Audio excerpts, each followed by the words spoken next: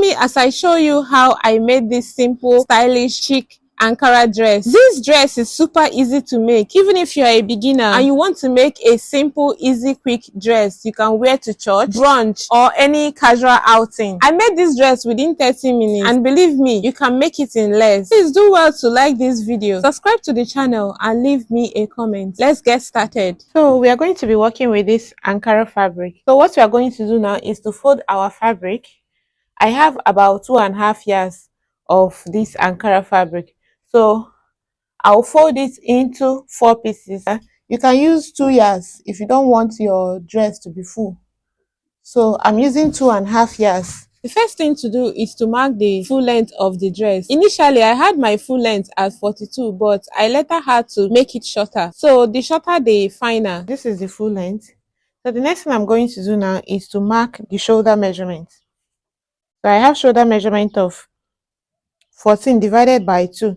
So I will determine the sleeve length of my dress. I'm going with sleeve length measurement of 7 inches.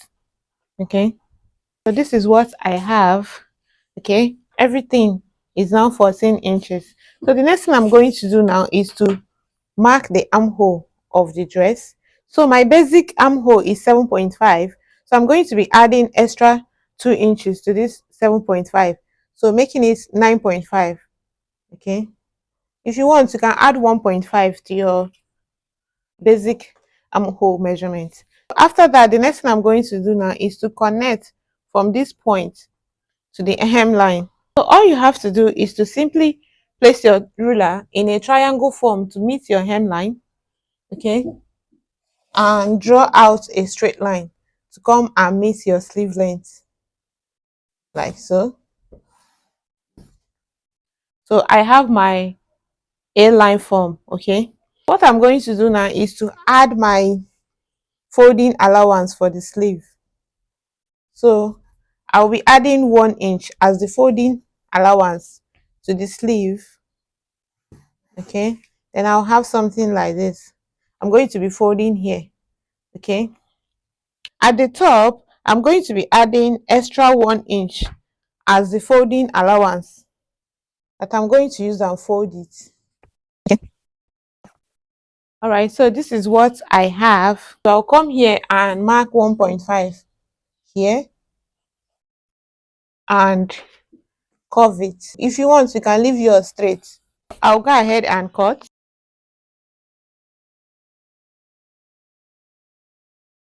So the next thing I'm going to do now is to mark my lines on where I'm going to do my smoking.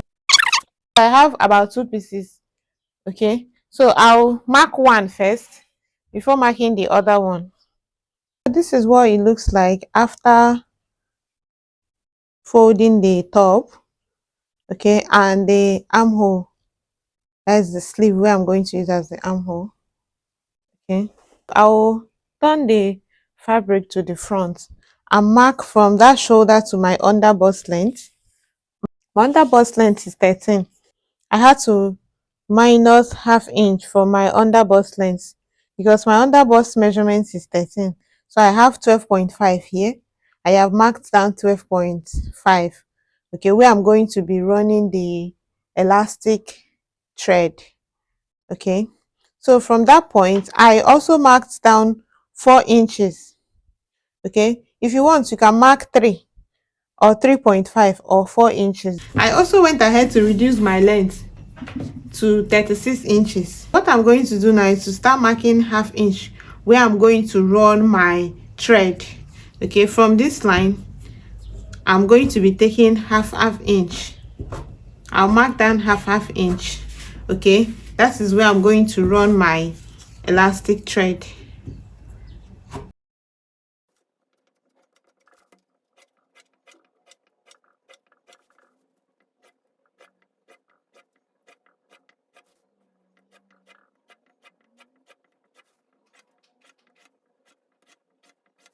I'll go over to my sewing machine now and start running my elastic thread on the lines. Okay, what I'm going to do now is to start running my elastic thread on my bobbin. Okay, you have to do this manually so that you can be able to get a good result. You don't need to roll tight, it has to be loose.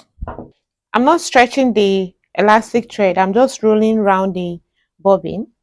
Okay, you don't need to get it very full so that you can be able to be moving inside the bobbin case. So this is what I have. So this is my bobbin case. Okay, so what you have to do is to loosen up your bobbin case.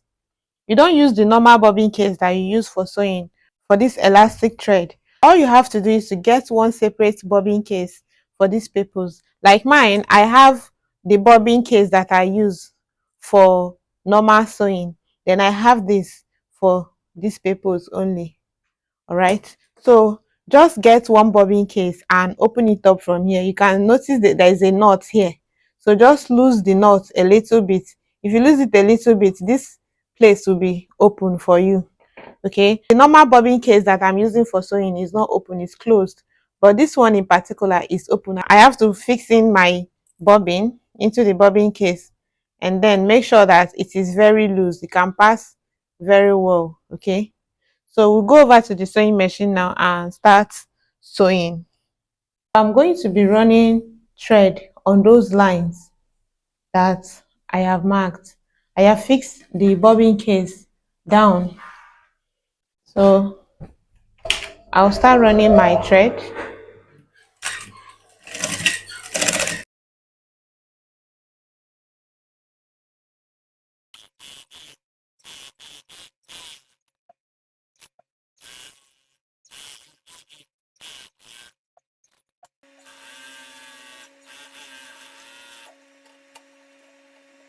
I need to measure to know if it is more than my waist measurement.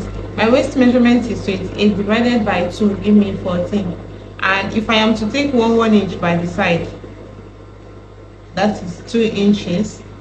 I still have a lot of fabric left, so that means this is going to be loose on my waist. So what I'm going to do now, in order to push it in more, is to run stitches in between the half-inch markings that I have made. Okay, so I'm going to be running another stitches in between the half-inch markings to be able to push them together more.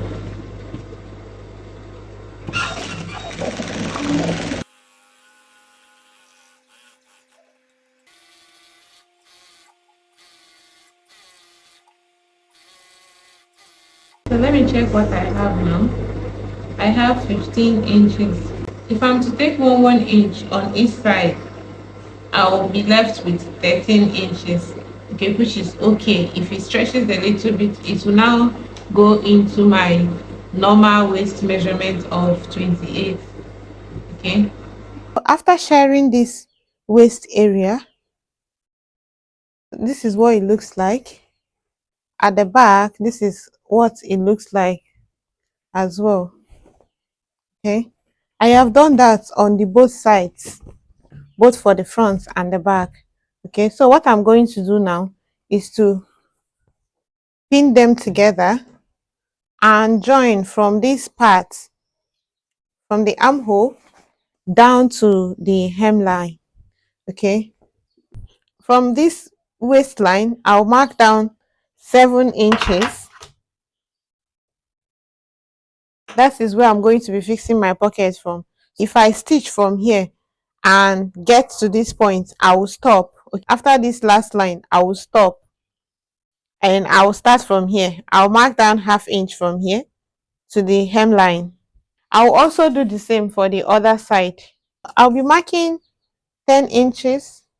If you want, you can make yours small, 10 inches by 7 inches. Okay.